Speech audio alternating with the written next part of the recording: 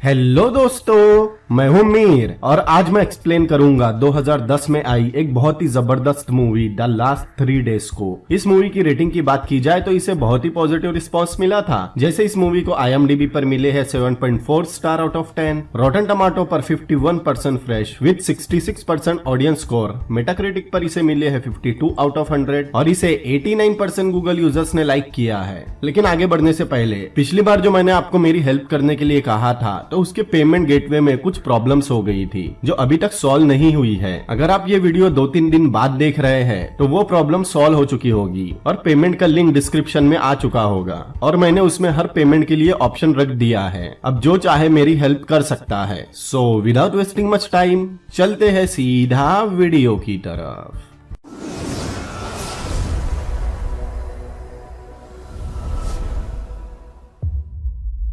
Movie की शुरुआत में हम जॉन और उसकी वाइफ लारा को जॉन के भाई और उसकी गर्लफ्रेंड के साथ देखते हैं। उस डिनर टेबल पर लारा और उस लड़की में बहस हो जाती है क्योंकि दोनों एक दूसरे को पसंद नहीं करती। उनकी बातों से हमें पता लगता है आज लारा का अपनी बॉस के साथ झगड़ा हुआ था। उन दोनों की कैट फाइट को जॉन और उसका भाई एंजॉय कर रहे थे। खैर डिनर खत्म होने पर दोनों घर वापस आते हैं। घर में उनका 3 साल का बेटा सो रहा था। बेबी सिटर के जाने के बाद दोनों यामाकाटा करते हैं। सुबह होने पर हमें पता लगता है जॉन एक टीचर है और साथ ही लारा और जॉन एक दूसरे से बहुत प्यार करते हैं और उन दोनों के बेटे ने उनकी खुशियां दुगनी कर दी है। कल जॉन के डैड का बर्थडे था जो लारा को याद था, लेकिन जॉन और उसके डैड के रिश्ते ठीक नहीं हैं। दोनों एक दूसरे से बात नहीं करते। फिर हम लारा को इंसुलिन लगाते हुए देखते हैं क्योंकि उसे डायबिटीज की बीमारी है। तभी लारा को उसके कोट के पीछे कोई धब्बा दिखाई देता है। लारा को पता नहीं था ये निशान उसके कोट पर कैसे आया। जब लारा उसे धोती है वो खून था। तभी उनके घर में पुलिस वाले आ जाते हैं और लारा को मर्डर के इल्जाम में गिरफ्तार कर लेते हैं और जॉन के विरोध करने पर उसे भी गिरफ्तार कर लेते हैं और उनका बेटा वही रोता रहता है। अब कहानी सीधा 3 साल आगे बढ़ती है। अब जॉन और लारा का बेटा ल्यूक थोड़ा बड़ा हो चुका है। दूसरे दिन सुबह जॉन और ल्यूक कहीं जा रहे थे। कुछ देर में हमें पता लगता है दोनों जेल आए हैं। थोड़ी देर इंतजार करने के बाद वहाँ लारा आती है। पहले वो जॉन से मिलती है, फिर ल्यूक के पास जाती है, लेकिन ल्यूक उससे बात नहीं करता। वो लारा से नाराज था क्योंकि उस बच्चे को क्या मालूम उसकी माँ 3 साल से जेल में बंद है, इसीलिए उसके साथ नहीं रहती। लारा बोलती है पता नहीं कब ल्यूक उसे किस करेगा। फिर लारा जॉन से उसकी जमानत के बारे में पूछती है, लेकिन जॉन उसे फिलहाल बताने से मना कर देता है। जॉन का वकील अभी भी इन्वेस्टिगेशन कर रहा है। दरअसल उस रात जब लारा के बॉस का मर्डर ऑफिस की पार्किंग में हुआ था, पार्किंग के बाहर एक लड़की लारा से टकराई थी और लारा के कोट में फंसकर उस लड़की का बटन भी टूटा था, लेकिन उस लड़की का आज तक कोई पता नहीं चला। लेकिन लारा ने उस लड़की को देखा है, इस बात पर किसी को यकीन ही नहीं हुआ सिवाय जॉन के। जॉन उसे तसल्ली देता है वो उसे जेल से बाहर जरूर निकालेगा। लारा खुद को संभालती है क्योंकि उसे उम्र कैद की सजा हुई है। वो अब और ज्यादा जेल में रहना नहीं चाहती। फिर शाम को जॉन ल्यूक को पार्क लेकर जाता है। लारा के जेल जाने के बाद जॉन ने अपने पिता होने की जिम्मेदारी बहुत अच्छे से निभाई है, लेकिन आज पार्क में जॉन निकोल और उसकी बेटी से मिलता है। रात में जॉन लारा के केस की फाइल देख रहा था जिससे उसे और हमें पता लगता है उस रात सबसे पहले लारा और उसकी बॉस का झगड़ा हुआ और बाहर लारा से एक लड़की टकराई। कार पार्किंग में लारा की बॉस आई, तभी किसी ने एक्सटिंग्विशर से उस पर वार किया और एक्सटिंग्विशर पर लारा के उंगलियों के निशान थे। उसके कोट पर खून लगा हुआ था। उसे पार्किंग से जाते हुए एक आदमी ने देखा और उसकी कार के बाजू में ही उसकी बॉस की लाश थी। दूसरे दिन सुबह पुलिस की रेड करते समय लारा उस खून के निशान को धो रही थी, मतलब हर सबूत लारा के खिलाफ ही था। दूसरे दिन जॉन अपने वकील के पास जाता है, लेकिन उसका वकील भी हाथ खड़े कर देता है क्योंकि लारा के मुताबिक उसकी बॉस का खून चोरी करते वक्त हुआ, लेकिन आज तक उसका क्रेडिट कार्ड इस्तेमाल ही नहीं हुआ। पहले लारा का उसकी बॉस के साथ झगड़ा होता है, बाद में पार्किंग में उसका खून होता है। लारा का कोवर्कर उसे पार्किंग से जाते हुए देखता है। मर्डर वेपन पर उसके उंगलियों के निशान मिलते हैं, उसके कोट पर खून मिलता है। वो बोलता है इन सब सबूतों की वजह से लारा कभी बाहर नहीं आ सकती, जिस पर जॉन और उसमें बहस हो जाती है। वो बोलता है वो ऊपर के कोर्ट में अप्लाई भी नहीं कर सकते क्योंकि कोई भी वकील ऐसा केस लेगा ही नहीं। जॉन उससे लारा का केस लेकर चला जाता है। जॉन लारा से मिलने जाता है, लेकिन उसके बिना कुछ कहे ही उसके चेहरे को देखकर लारा सब समझ जाती है और वही बुरी तरह रोने लगती है और जॉन भी अपने आप को बहुत बेबस महसूस कर रहा था। जॉन घर आता है जहाँ उसके मॉम डैड आए हुए थे। उसकी माँ उसे इमोशनल सपोर्ट देती है। वहाँ उसका भाई और उसकी वाइफ भी थी। उसके डैड ल्यूक का ख्याल रखते हैं। रात में जॉन अपने बेटे के साथ था वहाँ एक जार में बहुत सारे सिक्के रखे हुए थे क्योंकि उन्हें जॉन ने जमा किया था। जॉन वो पूरा जार ल्यूक को दे देता है लेकिन उसे खर्च नहीं करने हैं। बाद में फिर जॉन उन सबूतों को देखता है, तभी उसे एक कॉल आती है और जॉन तुरंत हॉस्पिटल भागता है क्योंकि लारा ने सुसाइड करने की कोशिश की थी। पुलिस वाले उसे लारा से मिलने भी नहीं दे रहे थे क्योंकि लारा को जेल से लाया गया है, लेकिन एक डॉक्टर जॉन को 5 मिनट के लिए लारा से मिलने की परमिशन दे देता है। जॉन अंदर जाता है जहाँ लारा के पैर बंधे हुए थे और उसने अपनी नस काटी थी। लारा को होश आता है लेकिन वो नाउम्मीदी से दूसरी तरफ देखने लगती है। अब पूरे रास्ते बंद होने के बाद जॉन फैसला करता है वो लारा को जेल से भगाएगा क्योंकि वो बिना किसी कसूर के उम्र कैद की सजा काट रही है। फिर जॉन उस जेल के बारे में पता करने लगता है। उसे लाइब्रेरी में एक बुक मिलती है। जॉन उसके राइटर के बारे में पता करता है जो 7 बार जेल से भाग चुका है। फिर जॉन उससे मिलने न्यूयॉर्क जाता है और एक रिपोर्टर बनकर उससे मिलता है और उससे पूछता है वो 7 बार जेल से कैसे भागा था। वो बताता है कोई जेल एयर टाइट नहीं होती, सभी में कुछ न कुछ गलतियां होती है, बस उन पर ध्यान रखना पड़ता है और जेल से निकलने से पहले ही पूरा प्लान बनाना पड़ता है, जैसे कहाँ जाना है, कैसे जाना है, वो तुम्हें कैसे पकड़ सकते हैं, सब पता होना चाहिए। पुलिस उन्हें कैसे पकड़ सकती है ये पहले से कैसे पता हो सकता है। वो बोलता है ये डिपेंड करता है वो कौन से शहर की जेल में है। शहर का नाम सुनते ही जॉन के रिएक्शन से वो सब समझ जाता है। वो पूछता है जेल कौन से शहर में है। जॉन बताता है पिट्सबर्ग। पिट्सबर्ग सुनते ही वो बोलता है पिट्सबर्ग सबसे टफ जेलों में से एक है, बहुत सारे पुल और सुरंगे उन्होंने पहले से बंद कर दिए हैं। अथॉरिटी सिर्फ 15 मिनट में पूरा शहर सील कर सकती है। जॉन पूछता है इतने कम समय में कैसे। वो बताता है 9/11 के बाद देश की अथॉरिटी ने पूरे शहर में इमरजेंसी लॉकडाउन करने की तैयारी कर ली थी। पिट्सबर्ग शहर को वो लोग 15 मिनट में लॉकडाउन कर सकते हैं। 35 मिनट में स्टेट के हर नाके पर पुलिस आ सकती है और अगर स्टेट से बाहर नहीं निकल सके तो क्या होगा,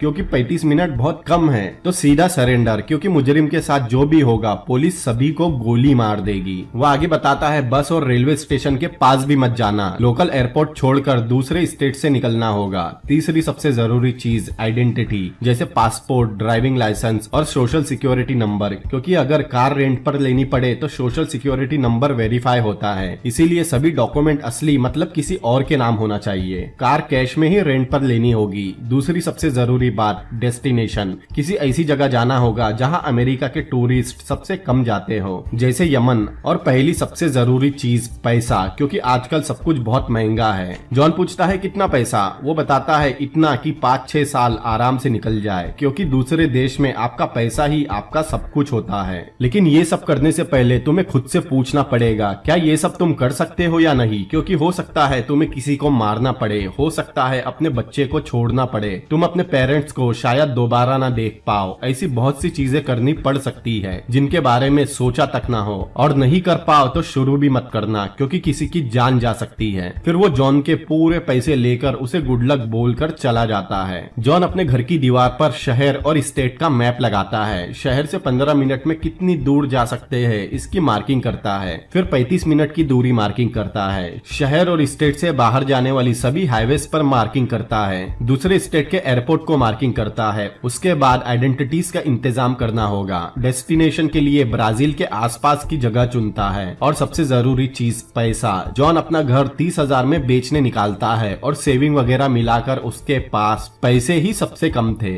अब जॉन प्लान बनाने में लग जाता है। अगली बार जब वो जेल जाता है वो हर तरफ देखता है, हर दरवाजे की चाबी को ध्यान से देखता है, हर सीसीटीवी कैमरास पर ध्यान रखता है, यहाँ तक कि बाहर लगे कैमरास पर भी। फिर जॉन नजर रखता है कौन कौन सी गाड़ियां जेल में जाती है और कौन कौन से दिन जाती है। अगली बार जेल में जाने पर जॉन एलिवेटर पर ध्यान देता है, वो भी चाबी से ही खुलता है। फिर टूरिस्ट बनकर जेल को हेलीकॉप्टर से देखता है और उसकी फोटोज भी लेता है। साथ ही उसे ये भी पता लगता है इस जेल से आज तक कोई भाग नहीं पाया, 2 बार कोशिश करने वाले भी पकड़े गए थे। अपनी क्लास में भी जॉन जेल की ही फोटोज देखता रहता है और अंदाजा लगाता है वो एलिवेटर कहाँ तक जाता है। उन फोटोज को देखकर लगता है जॉन हेलीकॉप्टर से लारा को निकालेगा। फिर जॉन थोड़ी बहुत फोटोशॉप सीखता है और फैमिली फोटोज में से लारा की फोटोज निकालता है। अब अगला काम था आइडेंटिटीज। फिर रात में जॉन रोड पर ड्रग डीलर को देखते हुए घूमता है। उसे एक जगह एक लाल कार वाला बंदा दिखाई देता है जिसे सभी डीलर पैसे लाकर दे रहे थे, मतलब ये किसी ड्रग लॉट के लिए काम करता है। उनके जॉन की तरफ देखने पर पर जॉन वहाँ से निकल जाता है। जॉन बहुत दिनों से किसी आइडेंटिटी बनाने वाले को ढूंढ रहा था। आज भी वो ड्रग लेने के बाद उस डीलर से पासपोर्ट के बारे में पूछता है, लेकिन वो उसे भगा देता है। लेकिन वापस आकर जॉन को एक बार में जाकर किसी आदमी को अपना नाम बताने बोलता है। जॉन उस बार में जाता है और उस आदमी से मिलता है और उसे सब बताता है। वो उसे अपने साथ आने बोलता है। तब वहाँ एक और आदमी बैठा था जो जॉन को देखकर हंसता है और बिना कुछ कहे वहाँ से चला जाता है। दूसरी तरफ जब जॉन उसके साथ बाहर जाता है, वही ड्रग डीलर और वो आदमी उस पर हमला कर देते हैं और उसे बुरी तरह मारकर उसके पैसे छीन लेते हैं। वो डीलर उसे धमकी देता है जॉन उसे इस एरिया में फिर से कभी ना दिखे। जॉन एक टीचर था, उन लोगों का सामना नहीं कर पाता। फिर जॉन घर आता है, उसके पैसे खत्म होते जा रहे थे। दूसरे दिन जॉन अपनी माँ से झूठ बोलता है ये चोटें उसे बाइक से गिरने से लगी है, लेकिन उसकी माँ सब समझ जाती है क्योंकि बाइक तो 2 साल से गैराज में पड़ी है। यहाँ जॉन और उसकी माँ में बहस हो जाती है क्योंकि उन्हें भी लगने लगा था लारा ही दोषी है, लेकिन जॉन को लारा पर पूरा भरोसा था, इसीलिए वो ल्यूक को लेकर उनके घर से चला जाता है। जॉन अभी भी रात में रोड पर घूमता ताकि उसे कोई पासपोर्ट बनाने वाला मिल जाए, लेकिन एक रात उस पर 2 बाइक राइडर्स ने नजर रखी हुई थी। उसी रात जॉन के घर कोई आता है। जॉन बाहर देखता है तो ये वही आदमी था जो उस बार में उसे देखकर हंस रहा था। जॉन एक बैट लेकर उससे पूछता है उसे क्या चाहिए। वो बोलता है उसे पता है जॉन क्या ढूंढ रहा है। तब जॉन बाहर आकर उससे बात करता है। वो आदमी उससे 4000 मांगता है और 1000 एडवांस। उसकी बात सुनकर जॉन को वो ईमानदार नजर आता है, इसीलिए थोड़ा सोचने के बाद जॉन उसे उन तीनों की फोटोज और एडवांस दे देता है। वो जॉन को 3 दिन बाद एक जगह बुलाता है और उसके लेट होने पर उसका इंतजार करने से मना करता है। अगले दिन जॉन लारा से मिलने जाता है ताकि वो ये काम करने के लिए श्योर हो सके। वहाँ लारा को निराश देखकर जॉन का इरादा और पक्का हो जाता है। फिर जॉन एक गन खरीदता है और उसे ये तक पता नहीं था गन में गोलियां डाली कहा जाती है। फिर जॉन 3 दिन बाद तय की हुई जगह गन के साथ उस आदमी का इंतजार करने लगता है। उसके सामने एक कार खड़ी थी। वो कार वाला उसे देखते हुए जाता है। फिर कुछ ही देर में वहाँ बाइकर पहुँचता है। वो जॉन पर चिल्लाता है उसका वेट करने के लिए क्योंकि वो कार वाला आदमी पुलिस वाला था। फिर जॉन से पैसे लेकर उसे पासपोर्ट और आईडीज दे देता है। साथ ही जॉन को वार्न भी करता है इससे वो बर्बाद हो सकता है। फिर जॉन आईडीज चेक करता है, सब कुछ ठीक था। अब जॉन का आईडीज का काम भी पूरा हो गया था। फिर जॉन इंटरनेट से डुप्लीकेट चाबी बनाना सीखता है और सबसे पहले अपने ही घर के दरवाजे पर ट्राई करता है। वो सक्सेसफुली चाबी बना लेता है। दरअसल उसे जेल की उस लिफ्ट की चाबी बनानी थी जो जेल की छत तक आती है। कुछ दिन बाद जॉन नकली चाबी लेकर जेल जाता है। फिर चेकिंग पार करने के बाद लाइन में कैमरा से छुपकर उस चाबी को जेल की लिफ्ट में ट्राई करता है, लेकिन बहुत ट्राई करने से वो चाबी की होल में ही टूट जाती है। जॉन बची हुई चाबी वही फेंक देता है और लाइन के साथ आगे बढ़ने लगता है। उसे पीछे से एक लड़की ने देख लिया था। उनके आगे जाते ही जेल की एक गार्ड लिफ्ट खोलने जाती है और तभी इमरजेंसी अलार्म बज जाता है और जेल को लॉकडाउन कर दिया जाता है। जॉन बहुत घबरा जाता है। फिर सभी विजिटर से पूछताछ की जाती है। जॉन के पहले वही लड़की निकलती है जिसने उसे देखा था। वो जॉन को घूरते हुए जाती है। फिर ऑफिसर सीसीटीवी फुटेज में जॉन को खुद को दिखाने बोलता है, लेकिन जॉन कुछ भी पता होने से इनकार करता है और ऐसे बिहेव करने की कोशिश करता है जैसे उसे कुछ नहीं पता। लेकिन वो ऑफिसर उसके सामने वही चाबी रखता है और उसे वार्न करता है अगर वो भी जेल चला गया तो उसके बच्चे का क्या होगा। फिर जॉन को छोड़ देता है। बाहर उस लोकेशन पर भी कैमरा लगाया जा रहा था, मतलब जॉन उस लिफ्ट को इस्तेमाल नहीं कर सकता क्योंकि जेल के स्टाफ को उस पर शक हो गया था। अब जॉन कोई क्रिमिनल तो था नहीं और ऐसे हालात झेलने से जॉन बाहर आकर उल्टियां करने लगता है। उसे बाहर एक पुलिस ऑफिसर देखता है। ये वही पुलिस ऑफिसर है जिसने 3 साल पहले लारा को अरेस्ट किया था। जॉन काफी डर गया था। वो जल्दी से घर आकर अकेले बैठ जाता है। उसका भाई उसके घर भी आता है, लेकिन जॉन उसे कोई रिस्पॉन्स नहीं देता। उसके घर के बाहर हम उस पुलिस वाले को भी देखते हैं क्योंकि जेल के कांड के बाद उसे भी जॉन पर शक हो गया था। घर में जॉन अपने प्लान को देखकर सोच रहा था वो ये कर पाएगा या नहीं, क्योंकि उसके की वाला आइडिया तो फेल हो गया।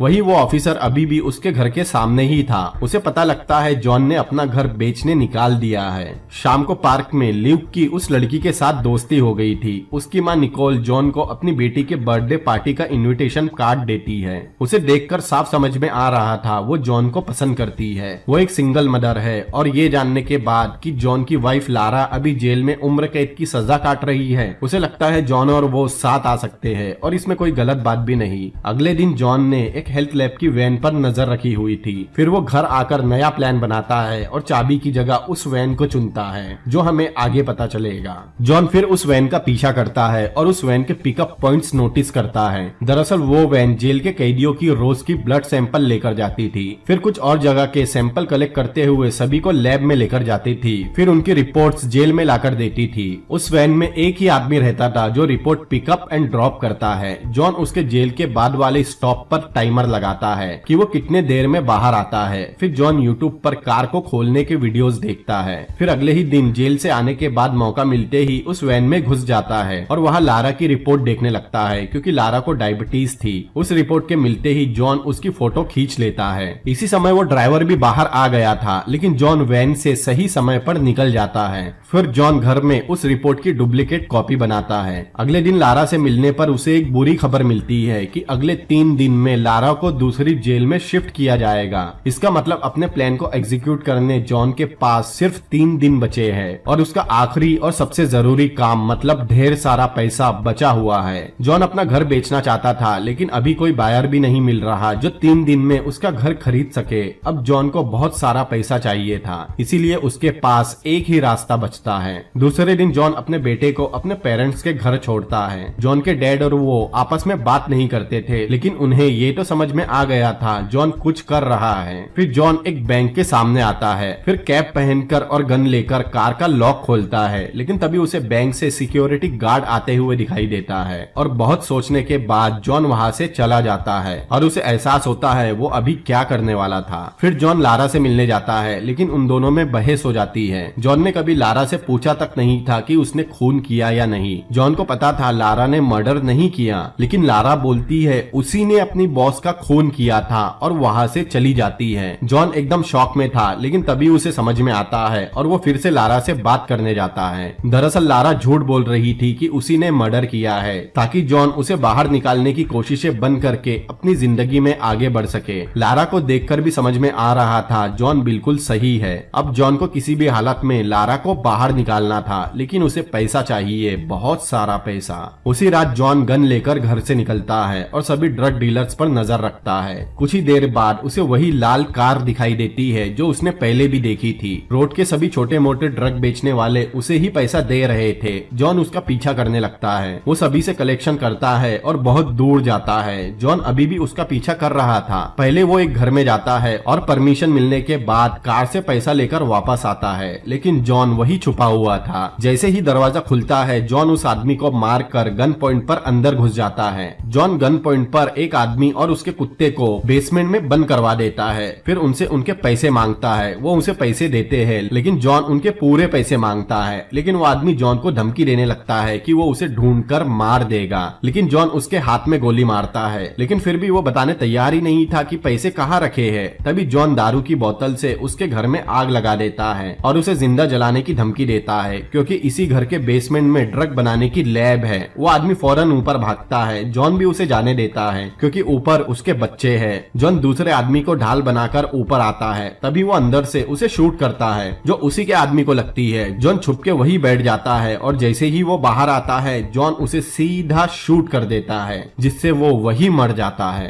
फिर जॉन उस कमरे में जाता है। वहाँ कोई बच्चे नहीं थे, लेकिन जॉन को वहाँ बहुत सारे पैसे दिखाई देते हैं। जॉन पैसे लेकर तुरंत वहाँ से निकलने लगता है, लेकिन पहले वाला आदमी जिंदा था। वो खुद को बचाने जॉन से भीख मांगने लगता है। जॉन से ये देखा नहीं जाता। जॉन उसे लेकर बाहर निकलने लगता है। दोनों कार में आते हैं, लेकिन वो आदमी बाहर निकल गया था जिसे जॉन ने बंद किया था। वो कार पर गोली चलाता है। तभी जॉन की कार वहाँ के डस्टबिन से टकरा जाती है, लेकिन जॉन बचते हुए वहाँ से निकल जाता है। रास्ते में वो आदमी जॉन से हॉस्पिटल ले जाने बोल रहा था, लेकिन कुछ ही दूर चलने के बाद वो भी दम तोड़ देता है। जॉन के लिए ये सब कोई बुरे सपने से कम नहीं था, लेकिन जॉन होश संभालते हुए उसे बस स्टॉप पर छोड़ देता है। फिर उस घर में पुलिस आती है और हम ऑफिसर नबुल्सी को देखते हैं। उन्हें दूसरे आदमी की लाश रोड पर मिल चुकी है। दूसरी तरफ हम जॉन को किसी जगह की केज को काटते हुए देखते हैं। फिर जॉन अपने पेरेंट्स के घर आता है, क्योंकि ल्यूक को उसने वही छोड़ा था। जॉन पैसे का बैग और अपना कोट वही रख देता है। उसके डैड अभी भी जाग रहे थे। फिर जॉन ल्यूक के पास जाकर सो जाता है, लेकिन जॉन के डैड को उसके कोट की जेब में कुछ दिखाई देता है। वो फ्लाइट टिकट थे। जॉन के डैड सब समझ जाते हैं। दूसरे दिन सुबह होने पर उसके डैड ल्यूक से इस तरह मिलते हैं जैसे आखिरी बार मिल रहे हो। फिर जॉन को उसका कोट वापस करते हैं, जिसमें पासपोर्ट और टिकट किड थे और कई सालों बाद वो जॉन से बात करते हैं और उसे गले लगाकर गुड लक बोलते हैं।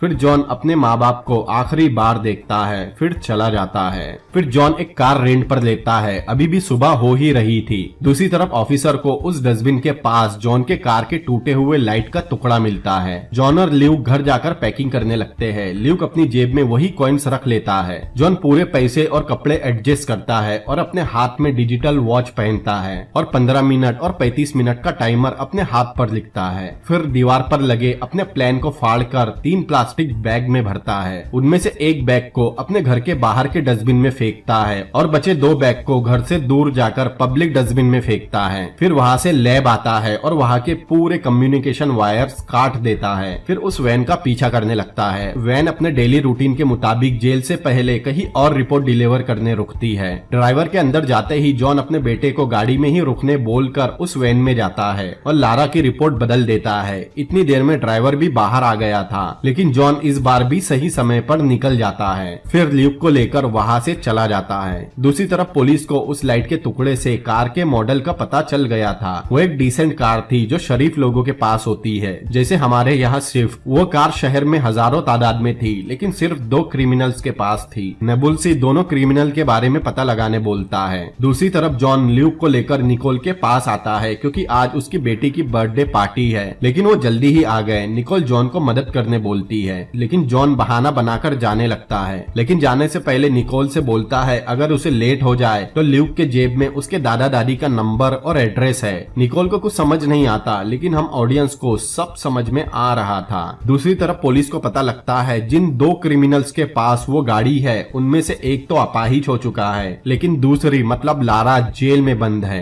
मतलब वो गाड़ी लारा के नाम पर है। नबुल्सी ऑफिसर से लारा की फैमिली की डिटेल निकालने बोलता है, जो भी उस गाड़ी को चला सकता हो। इस तरफ वैन का ड्राइवर कैदियों की रिपोर्ट जेल के हॉस्पिटल में डिलीवर करता है और जॉन उसका बाहर ही इंतजार कर रहा था। अंदर डॉक्टर्स को लारा की रिपोर्ट मिलती है। वो तुरंत लैब में कांटेक्ट करते हैं, लेकिन लैब के सारे कम्युनिकेशन जॉन ने पहले ही काट दिए थे, इसीलिए उनकी लैब से कोई बात नहीं होती। दरअसल उस रिपोर्ट में लारा का शुगर लेवल जानलेवा हद तक बढ़ा हुआ था। डॉक्टर तुरंत लारा को बड़े हॉस्पिटल ले जाने की तैयारी करते हैं। दूसरी तरफ पुलिस को पता लगता है लारा का हस्बैंड स्कूल टीचर है जो कार चला सकता है। दोनों उसके घर के लिए निकलते हैं। इस तरफ जेल में लारा को एम्बुलेंस से हॉस्पिटल ले जाया जाता है और जॉन उस एम्बुलेंस का पीछा करता है। फिर एम्बुलेंस से आगे निकल जाता है। दूसरी तरफ दोनों ऑफिसर जॉन के घर पहुंचते हैं, लेकिन घर में कोई नहीं था, इसीलिए दोनों जबरदस्ती घर में घुसते हैं। घर एकदम खाली था क्योंकि जॉन ने पहले ही सारा सामान बेच दिया था और पूरी फोटोग्राफ्स हटा दी थी। लेकिन बेडरूम में नबुल्सी को दीवार पर लगे कागज के टुकड़े दिखाई देते हैं जहां जॉन ने प्लान चिपका रखा था। नबुल्सी सर्च वारंट का इंतजाम करवाने बोलता है क्योंकि बिना वारंट के वो घर की तलाशी नहीं ले सकते।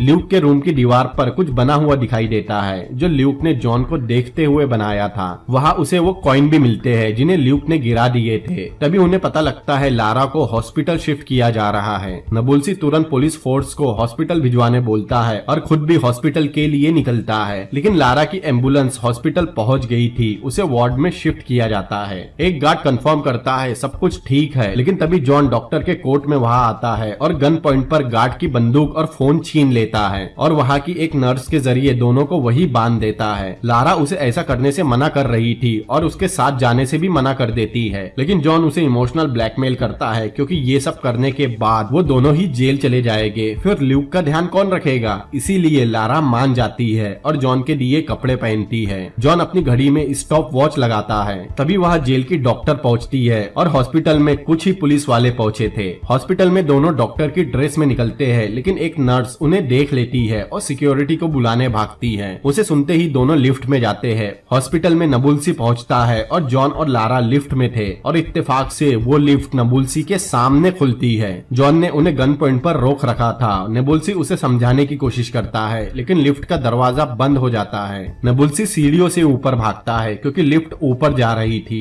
लारा बहुत डर रही थी, लेकिन जॉन उसे संभालता है। वो लोग पार्किंग 3 पर रुकते हैं। जॉन दोनों के कोट एग्जिट दरवाजे के पास फेंक देता है और लिफ्ट का दरवाजा बंद होने तक इंतजार करने लगता है। लिफ्ट का दरवाजा बंद होते ही वहाँ नबुल्सी आता है। तभी उसे एग्जिट डोर पर कोड दिखाई देते हैं, इसीलिए वो लिफ्ट का पीछा छोड़कर पार्किंग में आता है। इसी मौके का फायदा उठाकर दोनों ग्राउंड फ्लोर पर पहुंचते हैं और मेन डोर से ना जाते हुए पिछले दरवाजे से निकलते हैं। एक गार्ड उन्हें देख लेता है और पुलिस को बता देता है, लेकिन दोनों भी पिछले दरवाजे से बाहर निकल जाते हैं। नबुल्सी और बाकी पुलिस वाले उनके पीछे ही थे। आज फुटबॉल मैच था। बहुत से लोगों ने एक रंग के ही कपड़े पहने थे। जॉन भी पीले रंग की जैकेट पहनकर लोगों की भीड़ में मिल जाता है, जिसे नबुल्सी को वो दिखाई नहीं देते। दोनों बचते हुए सबवे में आते हैं। दोनों प्लेटफॉर्म की तरफ बढ़ रहे थे। नबुल्सी अभी भी उन्हें ढूंढ रहा था। इत्तेफाक से ऊपर से उसे दोनों दिख जाते हैं और वो सभी को सबवे में आने बोलता है। दोनों प्लेटफॉर्म की तरफ बढ़ रहे थे। नबुल्सी उनके पीछे ही था। प्लेटफॉर्म पर ट्रेन आती है, लेकिन दोनों पिलर के पीछे छुप जाते हैं और जैसे ही ट्रेन का दरवाजा बंद होने वाला था, दोनों ट्रेन में चढ़ जाते हैं। नबुल्सी दोनों को ट्रेन में चढ़ते हुए देख लेता है और ट्रेन को रुकवाने का ऑर्डर देता है, लेकिन नबुल्सी के आने तक ट्रेन निकल जाती है। लेकिन नबुल्सी फिर भी ट्रेन के पीछे दौड़ने लगता है। वहीं अगले स्टेशन पर पुलिस वाले और हेलीकॉप्टर पहुंच गए थे। पुलिस वाले अगले प्लेटफॉर्म पर तैनात हो जाते हैं। जॉन देखता है ट्रेन के ड्राइवर को कॉल आता है। नबुल्सी अभी भी ट्रेन के पीछे भाग रहा था, लेकिन वो ट्रेन से बहुत दूर था। एक जगह पहुंचते ही जॉन ट्रेन के इमरजेंसी ब्रेक लगाता है और दोनों ही ट्रेन से उतर जाते हैं। जॉन ने पिछली रात को ही वहाँ के सिक्योरिटी केज काट दी थी। दोनों वहाँ से निकलते हैं, जहाँ कुछ ही दूरी पर जॉन ने रेंटेड कार पार्क कर रखी थी। दोनों तुरंत कार में वहाँ से निकल जाते हैं। थोड़ी देर बाद ट्रेन के पास नबुल्सी पहुँचता है, लेकिन वो बहुत लेट हो चुका था। जॉन कार स्पीड में चलाते हुए निकलता है, क्योंकि उसे 15 मिनट में शहर की बॉर्डर से निकलना था, लेकिन वो 13 मिनट में ही शहर से बाहर निकल जाते हैं और उनके शहर से निकलते ही पुलिस शहर की बॉर्डर सील कर देती है। पुलिस को पता नहीं था वो कौन सी कार में है। नबुल्सी पूरे शहर में नाकाबंदी करवाने बोलता है और जॉन और लारा के बेटे ल्यूक का पता लगाने का ऑर्डर देता है।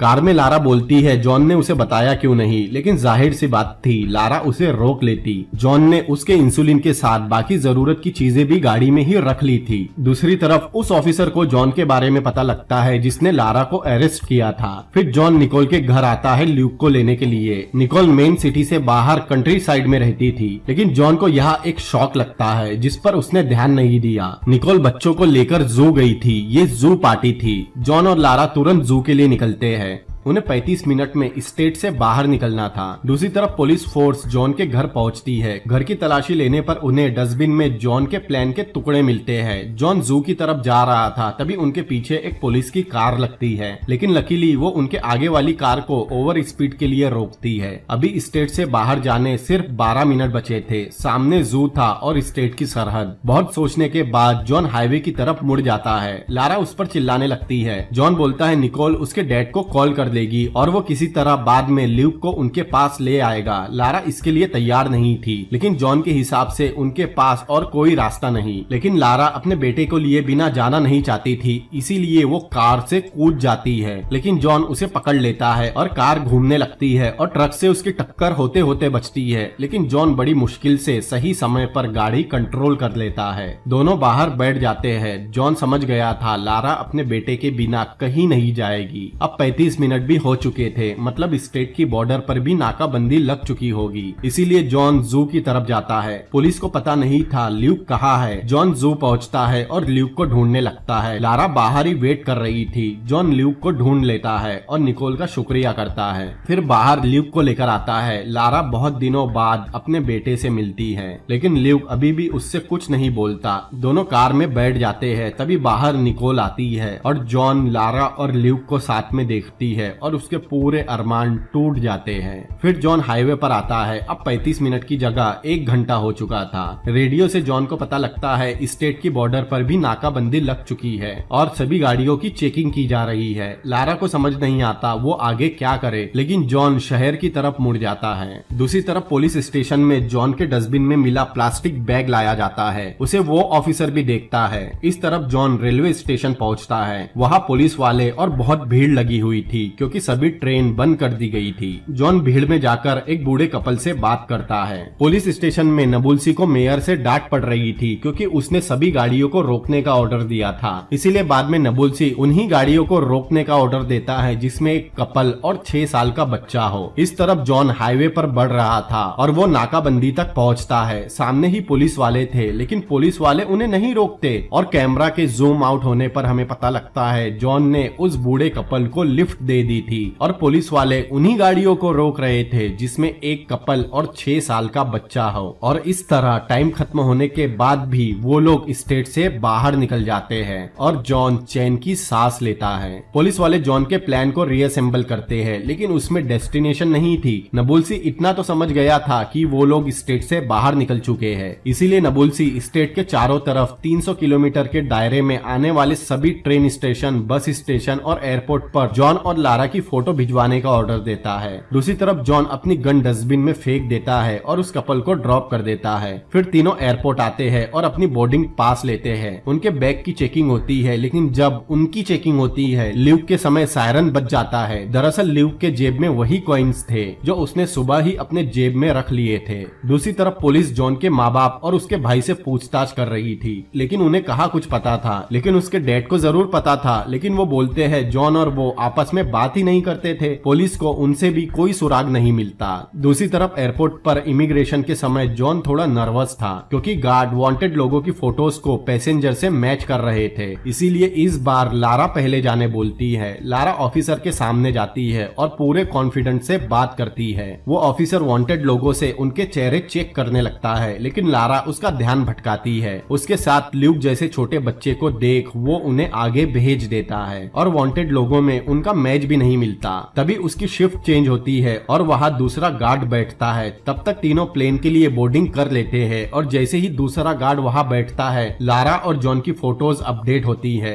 लेकिन इस गार्ड ने उन्हें देखा ही नहीं था। इसका मतलब तीनों बस 5 मिनट से बाल बाल बचे। पुलिस ने जॉन का प्लान अपनी दीवार पर लगा रखा था, बस उन्हें एक फोटो समझ नहीं आ रही थी जो आधी फटी हुई थी। तभी वो ऑफिसर आता है और बताता है ये हैती देश का प्रेसिडेंशियल पैलेस है। दूसरा ऑफिसर जाकर तुरंत नेबुल्सी को बताता है। तीनों एयरपोर्ट में फ्लाइट का इंतजार कर रहे थे, लेकिन एयरपोर्ट पर उनकी फोटोज आ जाती है। एयरपोर्ट सिक्योरिटी प्लेन की तरफ भागती है। वही तीनों प्लेन में चढ़ने लाइन में लगे थे। एयरपोर्ट सिक्योरिटी प्लेन तक पहुंचती है और सभी पैसेंजर को वही रोक देती है। फिर सिक्योरिटी प्लेन में आती है। वही दूसरी तरफ पुलिस स्टेशन में नबुल्सी एयरपोर्ट के फोन का इंतजार कर रहा था। तभी उसे एयरपोर्ट से कॉल आता है कि ये तीनों इस फ्लाइट में क्या इस एयरपोर्ट पर ही नहीं है। नबुल्सी को यकीन ही नहीं होता। वो पूछता है क्या आज रात हैती के लिए कोई और भी फ्लाइट है, लेकिन आज रात हैती के लिए कोई दूसरी फ्लाइट नहीं थी। हैती के लिए सिर्फ इसी एयरपोर्ट से फ्लाइट जाती थी। तब वो ऑफिसर बोलता है जॉन ने जानबूझकर ये बैग उनके लिए ही छोड़ा था ताकि वो पुलिस को गुमराह कर सके और वो लोग बड़ी आसानी से उसके झांसे में आ गए। फिर हम तीनों को देखते हैं वो तीनों वेनेजुएला देश के कैराकस शहर जा रहे थे और तीनों भी अमेरिका से निकल जाते हैं।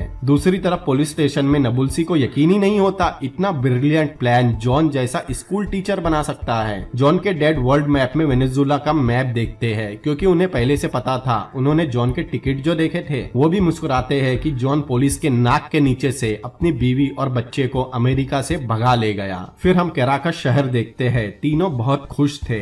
इस तरफ वही ऑफिसर उस मर्डर स्पॉट पर फिर से आता है जिसका इल्जाम लारा पर लगा था। फिर वो एनालाइज करता है आखिर हुआ क्या होगा। तो उस रात लारा की बॉस पार्किंग में आई। तभी एक चोर ने उस कैन से उसके सिर पर वार किया और उस कैन को वही छोड़ दिया और उसके पैसे और क्रेडिट कार्ड लेकर भाग गई। तभी बाहर से लारा आ रही थी। वो लारा से टकराई और उसका हाथ लारा के कंधे पर लगा, जिससे उसके कंधे पर खून लग गया। लारा अपने कार के पास आई। उसने अपनी बॉस को वहाँ नहीं देखा क्योंकि वो डिनर के लिए लेट हो रही थी। वो कैन उसके कार के सामने था। लारा ने उसे उठाकर साइड में कर दिया और वहाँ से चली गई। उसे जाते हुए उसी के ऑफिस के एक आदमी ने देखा और सामने उसके बॉस की लाश, जबकि कुछ ही देर पहले दोनों में झगड़ा हुआ था। उस ऑफिसर को समझ में आता है उसने कितनी बड़ी गलती कर दी। अगर उसने पहले ही ध्यान दिया होता तो इतना सब नहीं होता। दूसरी तरफ हम तीनों को एक होटल में देखते हैं। लारा जाकर ल्यूक के पास लेटती है और ल्यूक उसे माथे पर किस करता है। लारा बहुत खुश होती है और साथ ही जॉन भी। इस तरफ वो ऑफिसर अभी भी वही बैठा था। अभी बारिश हो रही थी। तभी उसे याद आता है लारा ने एक बटन टूटने की आवाज सुनी थी और जिस दिन वो लोग सर्च करने आए थे, मतलब 3 साल पहले भी बारिश हो रही थी। सामने पानी बह रहा था। वो उसमें एक पेपर डालता है, फिर उसका पीछा करने लगता है। वो पेपर एक गडर में जाता है। फिर वो दोनों उस ढक्कन को हटाते हैं और वो ऑफिसर ढक्कन के कॉर्नर को चेक करता है, लेकिन उसकी पार्टनर बोलती है 3 साल हो चुके हैं। अगर लारा सच भी बोल रही थी तो उस बटन का अभी तक यहाँ होना नामुमकिन है। फिर वो दोनों ढक्कन को वापस लगाने लगते हैं और हमें दिखाया जाता है